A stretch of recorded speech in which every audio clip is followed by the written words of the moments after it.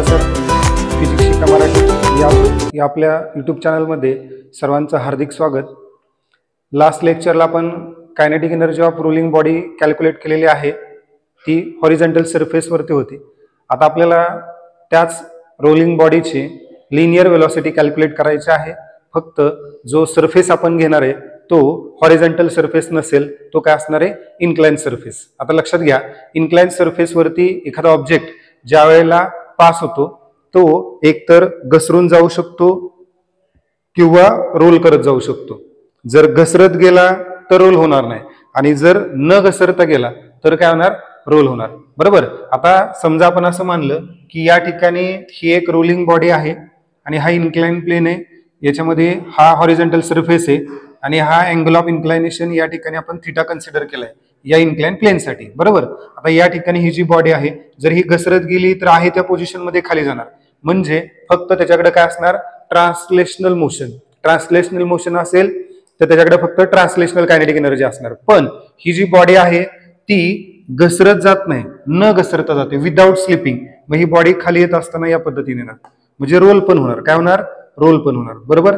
म्हणजे बॉडीकडं दोन प्रकारच्या मोशन असतील. कुठल्या, ट्रान्सलेशनल मोशन आणि रोटेशनल मोशन. म्हणजे त्याच्याकडे कायनेटिक एनर्जी पण काय असणार, translational kinetic energy plus rotational kinetic energy. आपण असं मानूया की इनिशियली बॉडी काय आहे, रेस्ट आहे, त्याची इनिशियल वेलोसिटी काय झाली, 0. आफ्टर रिलीजिंग दिस बॉडी, समजा या बॉडीला आपण काय केलं, रिलीज केलं, तर रिलीज केल्यानंतर ही रोल होत होत या ठिकाणी इथपर्यंत येणार आहे. मग त्यानं कव्हर केलेलं डिस्प्लेसमेंट आपण काय मानलं, एस मानलं. बरोबर.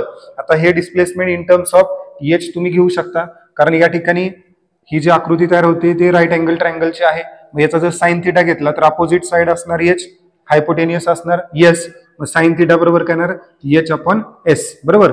आता लक्षात घ्या, ज्या वेळेला बॉडी इथं असेल तर त्याच्याकडे काहीतरी पोटेन्शियल एनर्जी असेल. ही पोटेन्शियल एनर्जी काय असेल, mgh.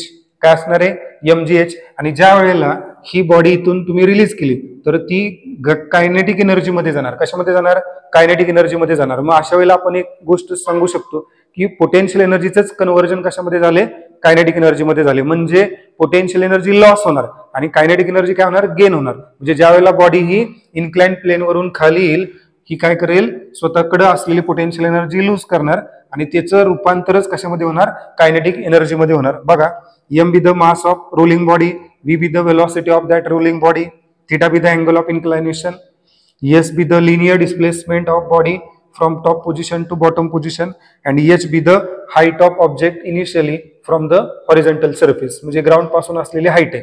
बघा, आता पहिल्यांदा आपण मानलं की इनिशियली बॉडी काय रेस्ट वरती असेल तर इनिशियल वेलोसिटी काय 0 आहे, but after releasing it covers a distance s. म्हणजे ज्या वेळेला ही बॉडी आपण काय केली, इथून रिलीज केली, ती इथपर्यंत आली तर त्याने किती कव्हर केलेलं डिस्प्लेसमेंट आहे, तर s. बरोबर. In this case body lose its potential energy and convert it into gain in kinetic energy. म्हणजे या बॉडीकडे असलेली पोटेन्शियल एनर्जी लूज होणार आणि त्याचं रूपांतर कशामध्ये होणार, कायनेटिक एनर्जी मध्ये. Therefore we can write gain in kinetic energy is equal to loss in potential energy. आता एक गोष्ट लक्षात ठेवा, कायनेटिक एनर्जी जी आहे या ठिकाणी दोन प्रकारची असणार, एक रोटेशनल कायनेटिक एनर्जी प्लस एक translational kinetic energy. Therefore total kinetic energy काय असते आपल्याला माहिती आहे, 1/2 mv² into 1 plus k² upon r² is equal to potential energy काय आहे, mgh. आपल्याला काढायचंय काय, स्पीड, लिनियर वेलोसिटी.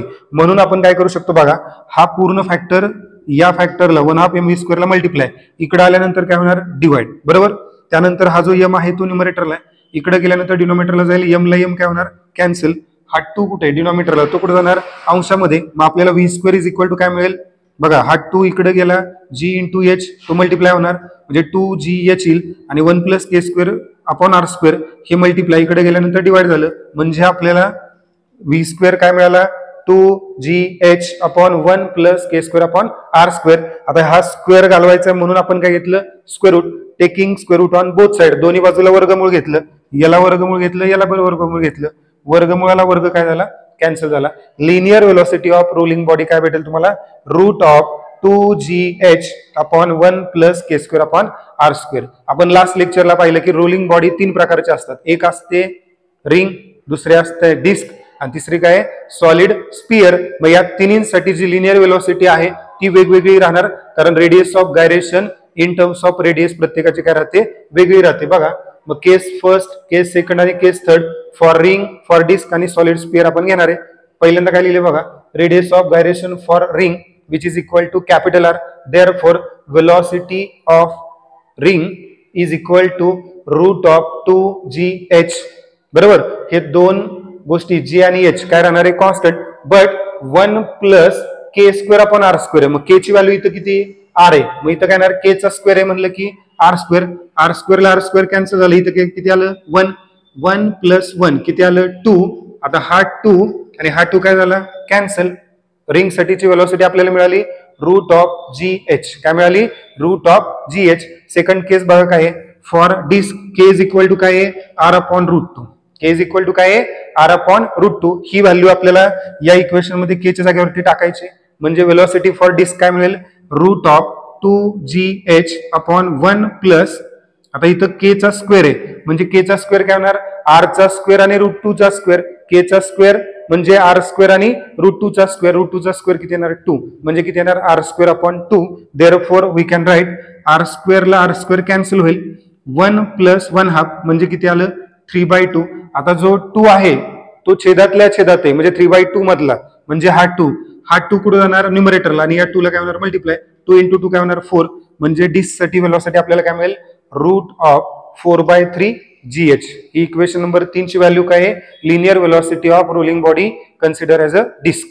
बरोबर, त्यानंतर लास्ट पॉइंट, एक लास्ट केस आहे फॉर स्पियर. स्पियर साठी रेडियस ऑफ गायरेशन आपल्याला माहिती किती आहे, रूट 2/5 इंटू आर. मग के चा स्क्वेअर केला तर काय ना, रूट 2/5 इंटू आर चा स्क्वेअर, म्हणजे रूटला स्क्वेअर कॅन्सल झाला म्हणजे 2/5 होईल, आणि आर चा स्क्वेअर काय होणार, आर स्क्वेअर. मग के स्क्वेअर ची व्हॅल्यू किती झाली, रूट कॅन्सल झाले 2/5 इंटू आर स्क्वेअर. मग इथं आपण व्हॅल्यू टाकली, के चा स्क्वेअर केल्यानंतर काय मिळेल, V square is equal to root of 2gh upon 1 plus 2/5 R square upon R square. मग आर स्क्वेअरला आर स्क्वेअर काय होणार, कॅन्सल. बरोबर, 1 प्लस 2/5 म्हणजे किती येतं 7/5.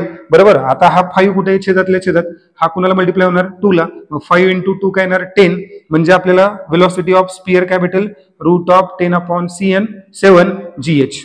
म्हणजे आपण या ठिकाणी लिनियर वेलोसिटी काढली, कुणाची काढली, रिंग या रोलिंग बॉडीची काढली, डिस्कची काढली आणि सॉलिड स्पियरची. ज्या पद्धतीने आपण लिनियर वेलोसिटी काढली तसंच तुम्हाला ऍक्सेलरेशन काढता येऊ शकतं, त्याची कायनेटिक एनर्जी तर ऑलरेडी आपण काढलेली आहे. जर आपले व्हिडिओ आपल्याला आवडत असतील तर नक्की लाईक करा, शेअर करा आणि नक्की सबस्क्राईब करा, जेणेकरून तुम्हाला इथून पुढचे जे व्हिडिओ टाकले जातील ते सर्व व्हिडिओची नोटिफिकेशन तुम्हाला येऊन जाईल.